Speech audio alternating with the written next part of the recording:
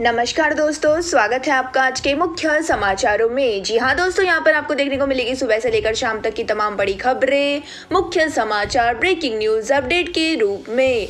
तो दोस्तों, आप सभी लोगों से एक छोटी सी रिक्वेस्ट है, इस वीडियो को ज्यादा से ज्यादा लाइक और शेयर करें। तो चलिए दोस्तों, जान लेते हैं आज की पहली बड़ी खबर।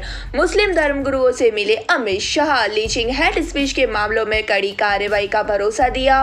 धर्मगुरु बोले यह अमित शाह बिल्कुल अलग थे। तो दोस्तों, मंगलवार देर रात मुस्लिम धर्मगुरुओं के डेलीगेशन ने गृह मंत्री अमित शाह से मुलाकात की और दोस्तों इस मीटिंग में डेलीगेशन का नेतृत्व जमीयत उलेमा ए हिंद के अध्यक्ष मौलाना महमूद मदनी ने किया। साथ ही दोस्तों, जमीयत उलेमा ए हिंद के secretary Niyaz Farooqui, all India Muslim personal law board के सदस्य कमाल फारूकी और प्रोफेसर अखतरुल वासी समेत कई लोग इस मीटिंग में शामिल हुए। वही दोस्तों, मीडिया रिपोर्ट्स के मुताबिक अमित शाह ने लीचिंग और हेड स्पीच जैसे मामलों में कड़ी कार्रवाई करने का भरोसा दिलाया है। और दोस्तों, मीटिंग के बाद जमीयत उलेमा ए हिंद के सेक्रेटरी नियाज फारूकी ने यह भी कहा कि वे राजनीतिक भाषण देने वाले अमित शाह से बिल्कुल अलग थे और उन्होंने बताया कि अमित शाह ने उनकी चिंताओं को विस्तार से सुना और पॉजिटिव जवाब दिए। वे उनकी बातों को खारिज नहीं कर रहे थे। इसके बाद दोस्तों, अगली बड़ी खबर, सोनिया के घर शिफ्ट होंगे राहुल गांधी। सांसदी जाने के बाद बंगला खाली करने का नोटिस मिला। राहुल बोले थे घर से अच्छी यादें जुड़ी। तो दोस्तों, राहुल गांधी सरकारी बंगला छोड़ने के बाद सोनिया गांधी के घर शिफ्ट हो रहे हैं और दोस्तों उनका सामान भी शिफ्ट किया जा रहा है और वे जल्द ही यहाँ रहने लगेंगे। साथ ही दोस्तों, 23 मार्च को सूरत कोर्ट ने मानहानि केस में उन्हें 2 साल की कैद की सजा सुनाई थी। हालांकि दोस्तों, कुछ ही देर में उन्हें जमानत दे दी गई थी और इसके अगले ही दिन राहुल की सदस्यता भी रद्द कर दी गई। इसके बाद दोस्तों 27 मार्च को उन्हें बंगला खाली करने का नोटिस दिया गया था।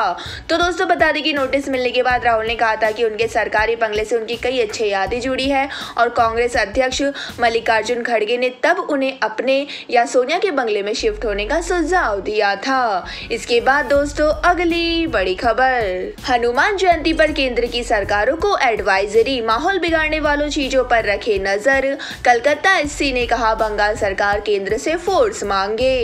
तो दोस्तों, देश के कई राज्यों में रामनवमी पर हिंसा के बाद गृह मंत्रालय ने बुधवार को सभी राज्यों के लिए एडवाइजरी जारी की है और दोस्तों मंत्रालय ने कहा है कि हनुमान जयंती पर शांति बने रहे, इसके लिए कानून व्यवस्था बनाई रखे और हर ऐसी चीजों पर नजर रखे जिससे सांप्रदायिक सौहार्द बिगड़ने की आशंका हो।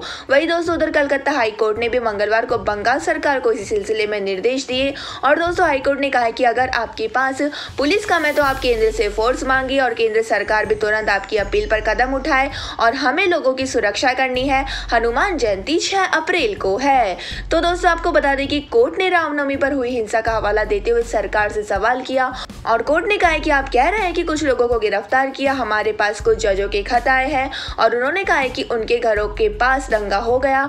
तब क्या होगा जब ऐसा ही माहौल कोर्ट परिसर के भीतर भी हो जाए और कुछ तो करना होगा। आप शोभा यात्रा के रास्तों को बैरिकेड्स लगाइए और पुलिस शांति मार्च निकाल सकती है ताकि लोगों को यह लगे कि वह सुरक्षित है।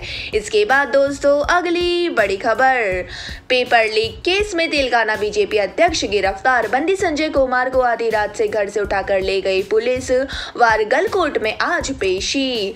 तो दोस्तों, तेलंगाना में एसएससी बोर्ड का पर्चा लीक मामले में प्रदेश भाजपा अध्यक्ष बंदी संजय को पुलिस ने मंगलवार आधी रात को गिरफ्तार कर लिया है। वही दोस्तों, पुलिस करीम नगर स्थित उनके आवास पर पहुंची और उन्हें गाड़ी में बैठाकर ले गई। इस दौरान दोस्तों भाजपा समर्थकों और पुलिस के बीच टकराव की स्थिति भी बनी हुई है।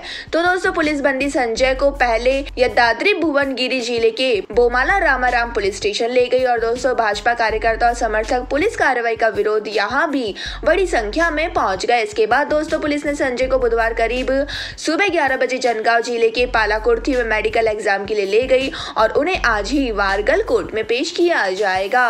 तो दोस्तों, आपको बता दें कि बंदी संजय के खिलाफ करीमनगर और वारगल में 2 एफआईआर दर्ज हुई थी और यह दोनों एफआईआर भाजपा कार्यकर्ताओं के हंगामे और छात्रों के विरोध प्रदर्शन करने के लिए और उकसाने में आरोप की गई है। वही दोस्तों, आपको बता दें कि प्रधानमंत्री नरेंद्र मोदी 8 अप्रैल को तेलंगाना के दौरे पर रहेंगे और वह हैदराबाद में वंदे भारत ट्रेन को हरी झंडी भी दिखाएंगे। इसके बाद दोस्तों, अगली बड़ी खबर, सिसोदिया की न्यायिक हिरासत 17 अप्रैल तक बढ़ी। मनी लॉन्ड्रिंग केस में जमानत पर सुनवाई 12 अप्रैल को होगी, अभी ईडी की कस्टडी में है। तो दोस्तों, दिल्ली शराब नीति मामले से जुड़े मनी लॉन्ड्रिंग केस में मनीष सिसोदिया की जमानत याचिका पर अब 12 अप्रैल को सुनवाई होगी और दोस्तों इसके अलावा कोर्ट ने उनकी न्यायिक हिरासत 17 अप्रैल तक बढ़ा दी है। और दोस्तों बुधवार को कोर्ट ने दोनों पक्षों की दलील सुनने के बाद यह फैसला लिया और सिसोदिया के वकील विवेक जैन ने बुधवार को कोर्ट में कहा कि मनीष सिसोदिया या उनके परिवार के खाते में एक भी रुपया नहीं आया है और जांच एजेंसी ने उनके घर पर छापा मारा और उनके बैंक खातों की जांच की है और वे उनके पैतृक गांव भी गए थे और सिसोदिया के खिलाफ मनी लॉन्ड्रिंग का कोई सबूत नहीं मिला। तो दोस्तों सिसोदिया भी ईडी की कस्टडी में है और इसके पहले ईडी ने 20 मार्च को उन्हें वीडियो कॉन्फ्रेंसिंग के जरिए राउज एवेन्यू कोर्ट में पेश किया था और स्पेशल जज M.K. नागपाल ने सिसोदिया की कस्टडी 3 अप्रैल तक के लिए बढ़ा दी थी। इसके बाद दोस्तों अगली बड़ी खबर, कांग्रेस की पीएम को सलाह, सिंधिया से सतर्क रहे, कहा जो हमारा ना हुआ वो आपका क्या होगा। ज्योतिरादित्य ने कांग्रेस विचारधारा को देशद्रोही कहा था। तो दोस्तों कांग्रेस ने प्रधानमंत्री नरेंद्र मोदी को केंद्रीय मंत्री ज्योतिरादित्य सिंधिया से सतर्क रहने की सलाह दी है और दोस्तों कांग्रेस प्रवक्ता पवन खेड़ा ने कहा है कि जो कांग्रेस का नहीं हुआ वो भाजपा का क्या होगा। तो दोस्तों पीएम मोदी और भाजपा को ऐसे लोगों से सावधान रहना चाहिए। तो दोस्तों दरअसल सिंधिया ने राहुल गांधी पर कमेंट किया था कि कुछ दिनों से राहुल और उनकी पार्टी न्यायपालिका पर दबाव डालते हुए धमकी देने की काम कर रही है और राहुल ने अपनी लड़ाई को लोकतंत्र की लड़ाई बना दिया है और कांग्रेस के पास कोई विचारधारा नहीं बची है और उसके पास केवल देशद्रोही विचारधारा है जो देश के खिलाफ काम करती है। तो दोस्तों आपको बता दें कि कांग्रेस प्रवक्ता पवन खेड़ा ने कहा है कि लोकतंत्र को बचाने के लिए राहुल लड़ाई लड़ रहे हैं और यह बात सिंधिया कभी नहीं समझेंगे। अभी वह नए भाजपा में गए हैं और जिस व्यक्ति को कांग्रेस ने इतना आगे बढ़ाया अगर वो इंसान कांग्रेस का नहीं हुआ तो आपका क्या होगा। इसके बाद दोस्तों अगली बड़ी खबर, 6 महीने बाद कोरोना ने 4000 से ज्यादा केस पार किए। 24 घंटों में 4435 नई मरीज, 15 मौतें। पिछले साल 28 सितंबर को आए थे 4271 मामले। तो दोस्तों देश में 6 महीने बाद कोरोना के नए मामले 4000 से ज्यादा आए हैं और दोस्तों मंगलवार को देश में 4435 मामले मिले जबकि 15 लोगों की मौत हो गई। इससे पहले दोस्तों 28 सितंबर को 4271 मामले सामने आए थे और इस दौरान 2508 लोग इस बीमारी से ठीक हुए थे और फिलहाल देश में 23,091 एक्टिव केस है। तो दोस्तों 18 अक्टूबर के बाद सबसे ज्यादा तब 23,376 लोगों का इलाज चल रहा था। वही दोस्तों आपको जानकारी के लिए बता दें कि बीते 24 घंटों में कोरोना से हुई 15 मौतों में सिर्फ 4 महाराष्ट्र में हुई है जबकि राजस्थान, हरियाणा, दिल्ली, छत्तीसगढ़, गुजरात, कर्नाटक और पांडुचेरी में एक एक व्यक्ति की मौत हुई है। इनके अलावा दोस्तों केरल से 4 लोगों की मौत रजिस्टर की गई लेकिन यह बैकडेट में है यानी दोस्तों यह मौतें पहले कभी नहीं हुई है जिन्हें आज दर्ज किया गया है। वही दोस्तों इधर दिल्ली में कोरोना को लेकर स्वास्थ्य अधिकारी मीटिंग करेंगे और इसमें वायरस को कंट्रोल करने को लेकर चर्चा की जाएगी और बैठक में ICMR के महानिदेशक डॉक्टर राजीव बहल भी शामिल है। इसके बाद दोस्तों अगली बड़ी खबर, भारत के विरोध के बावजूद नहीं रुका चीन, अरुणाचल प्रदेश को फिर अपना हिस्सा बताया, कहा अपने अधिकारों के तहत नाम बदले। तो दोस्तों भारत में कड़े विरोध के बावजूद चीन ने एक बार फिर से अरुणाचल प्रदेश पर अपना हक जताया है और दोस्तों चीन ने मंगलवार को अरुणाचल प्रदेश पर अपनी संप्रभुता का दावा किया और एक प्रेस कॉन्फ्रेंस में चीन के विदेश मंत्रालय की प्रवक्ता माओ निंग ने कहा है कि जैगनेन चीन का हिस्सा है और दोस्तों उन्होंने कहा कि स्टेट काउंसिलिंग के जियोग्राफिकल नामों के प्रशासनों की शर्तों को मुताबिक चीन अधिकारियों ने जैगनेन के कुछ हिस्सों के नाम भी बदले हैं और चीन ने ऐसा अपने अधिकारों के तहत किया है। तो दोस्तों चीन ने सोमवार को अरुणाचल प्रदेश की 11 जगहों के नाम बदले थे। वही दोस्तों अमेरिका ने भी भारतीय क्षेत्र पर चीन के दावे का विरोध किया है और व्हाइट हाउस के प्रेस सेक्रेटरी करीन जीन पियरे ने कहा है कि अमेरिका ने उस क्षेत्र को लंबे समय से मान्यता दी हुई है और हम जगहों के नाम बदलकर क्षेत्र पर दावा करने की एक तरफा कोशिशों का विरोध करते हैं। इसके बाद दोस्तों अगली बड़ी खबर, आदिवासी मधु की हत्या करने वाले को 7 साल की जेल, चावल चुराने के आरोप में 14 लोगों ने पीटा था, मुख्य आरोपी हुसैन पर जुर्माना भी।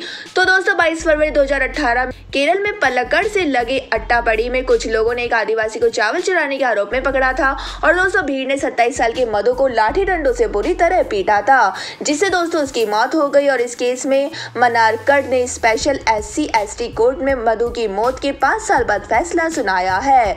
तो दोस्तों जस्टिस KM रतीश कुमार ने एक आरोपी को 7 साल सश्रम कारावास और 12 अन्य को केवल 7 साल की जेल और जुर्माने की सजा दी है। वही दोस्तों एक आरोपी मुनीर को IPS की धारा 352 के तहत 3 महीने की जेल और 500 रुपए के जुर्माने की सजा सुनाई है। हालांकि दोस्तों मुनीर ने अपनी रिमांड के दौरान सजा पूरी कर ली थी इसलिए जुर्माना देने से उसे रिहा कर दिया जाएगा। इसके बाद दोस्तों अगली बड़ी खबर, दलाई लामा को 110 साल जीने का दावा, अनुयायियों को भरोसा दिलाया, बोले स्वस्थ और चुस्त दुरुस्त हूँ, 20 साल और आपकी सेवा करूंगा।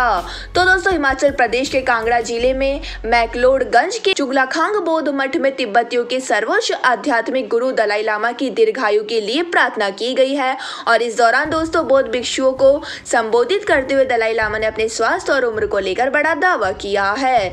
तो दोस्तों उन्होंने कहा कि मैं 87 वर्ष का हूँ, पूर्णतः स्वस्थ होने के साथ शारीरिक रूप से चुस्त दुरुस्त हूँ और मेरा विश्वास है कि मैं अभी 20 साल से ज्यादा वक्त जीवित रहूंगा और मेरा जीवन बौद्ध धर्म के लिए समर्पित रहा है और आगे भी रहे इसकी कामना करता हूँ, ताकि मैं लोक कल्याण और लोक हित में काम करता रहूं और बौद्ध धर्म की सेवा में आजीवन जुटा रहूं। वही दोस्तों आगे भी इसी तरह से जुड़ा रहूंगा। तो दोस्तों उन्होंने अपने अनुयायियों को भरोसा दिलाते हुए कहा है कि 100 से 110 वर्ष की आयु तक आप सबकी सेवा करूंगा और मेरा यह आत्मबल भी है और प्रार्थना भी है। वही दलाई लामा की दीर्घायु के लिए प्रार्थना का आयोजन तिब्बतियन होम्स फाउंडेशन तथा CST मसूरी के छात्रों, पूर्व छात्रों एवं कर्मचारियों के साथ साथ CST पंचमढ़ी के पूर्व छात्रों एवं पूर्व व्यावसायिक प्रशिक्षुओं द्वारा किया गया है। इसके बाद दोस्तों जाने अगली बड़ी खबर, लेकिन उससे पहले आप सभी लोगों से मेरी एक छोटी सी रिक्वेस्ट है, अगर दोस्तों आपको माय न्यूज पसंद आ रही है तो इसे एक छोटा सा लाइक जरूर दे दीजिएगा और अगर पसंद नहीं आ रही है तो बेशक आप इसे डिसलाइक भी कर सकते हैं,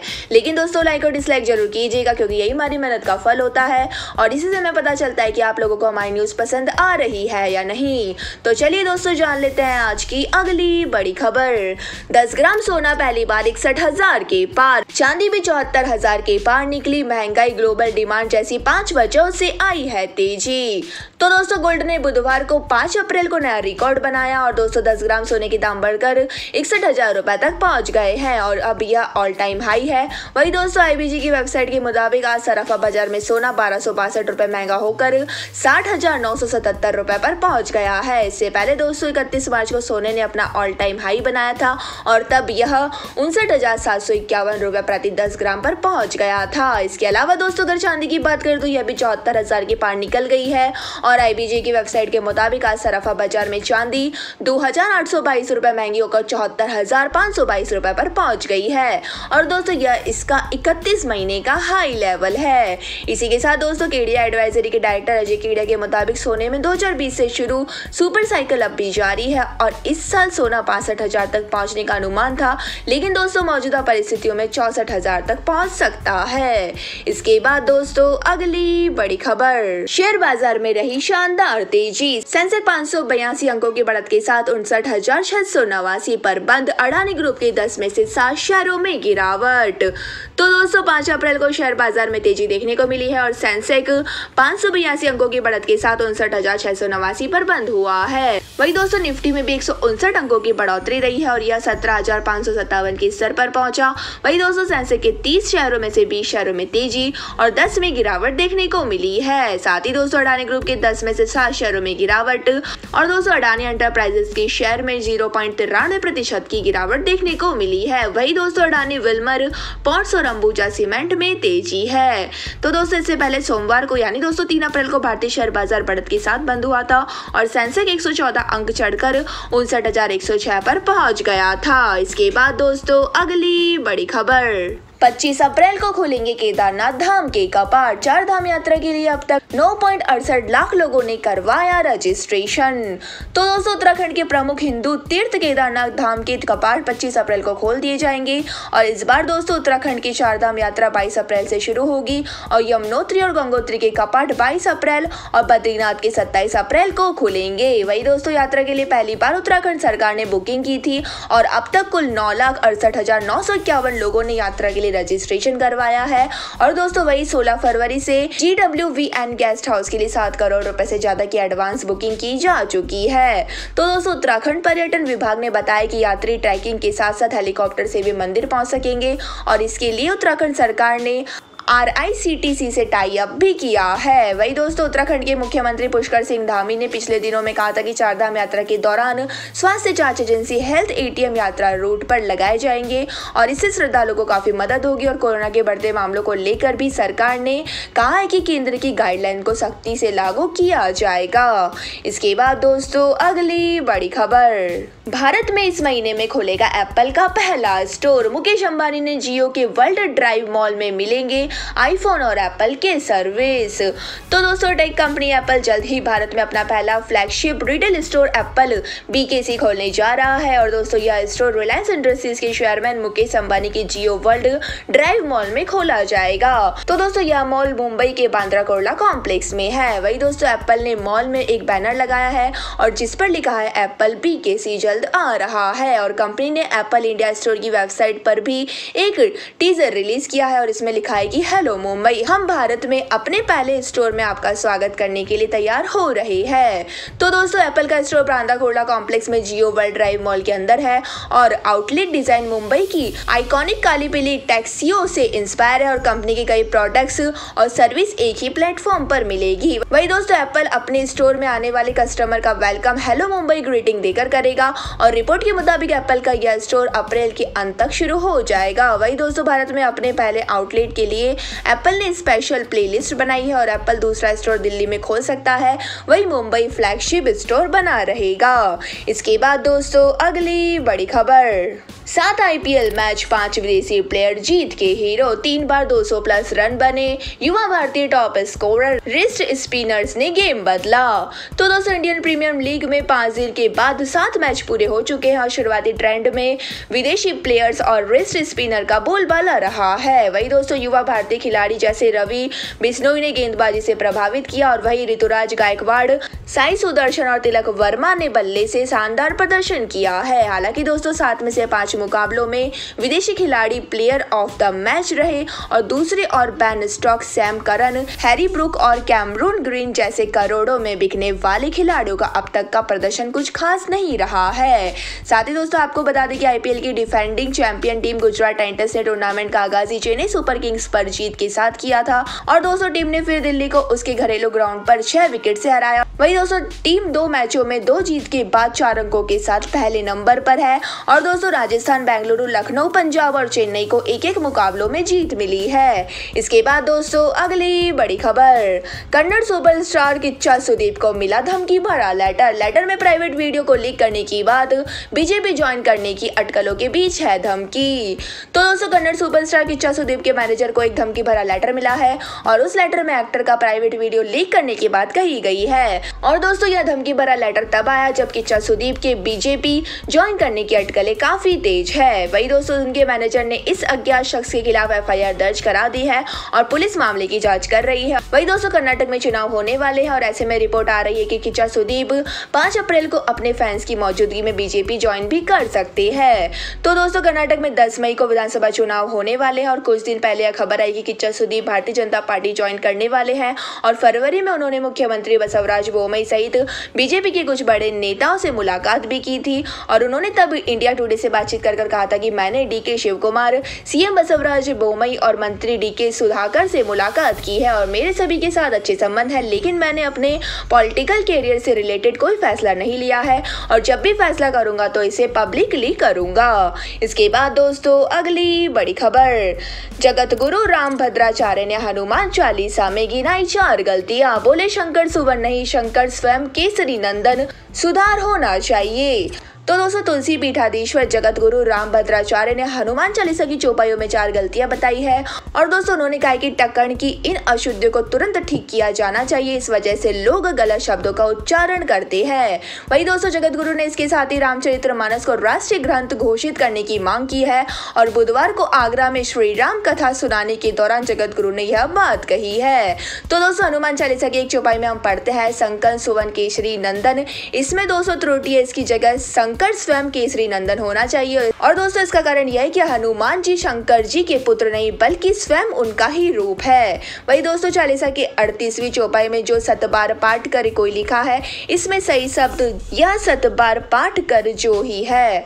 तो दोस्तों आपको जानकारी के लिए बता दें कि जगत गुरु राम भद्राचार्य का वास्तविक नाम गिरधर मिश्रा है और उनका जन्म उत्तर प्रदेश के जौनपुर जिले से हुआ है और वे रामानंद संप्रदाय के 4 जगत गुरु रामानंदाचार्यों में से एक है। इसके बाद दोस्तों अगली बड़ी खबर, किंग चार्ल्स की ताजपोशी का इनविटेशन कार्ड रिलीज, कैमिला अब क्वीन कहलाएगी, किंग की तस्वीर वाले रॉयल स्टाम्प भी जारी। तो दोस्तों ब्रिटेन ने नए किंग चार्ल्स और क्वीन कैमिला की ताजपोशी के लिए इनविटेशन कार्ड की पहली तस्वीरें सामने आ गई है। और दोस्तों इस आमंत्रण पत्र पर कैमिला के लिए क्वीन कंसोर्ट की जगह क्वीन टाइटल्स का इस्तेमाल किया गया है। वही दोस्तों बकिंघम पैलेस की तरफ से मंगलवार को यह कार्ड जारी किया गया और इसमें ताजपोशी सरनेम के लिए नए किंग और क्वीन की तरफ से निमंत्रण भेजा गया है। इसके अलावा दोस्तों किंग चार्ल्स की तस्वीर वाले रॉयल स्टाम्प भी जारी कर दिए गए हैं। इसके बाद दोस्तों इन स्टाम्प की कीमत बढ़ गई है और रॉयल मेल ने अपनी वेबसाइट पर बिक्री के लिए नए स्टाम्प भी जारी किए हैं। हालांकि दोस्तों जिन स्टाम्प पर क्वीन एलिजाबेथ की तस्वीर है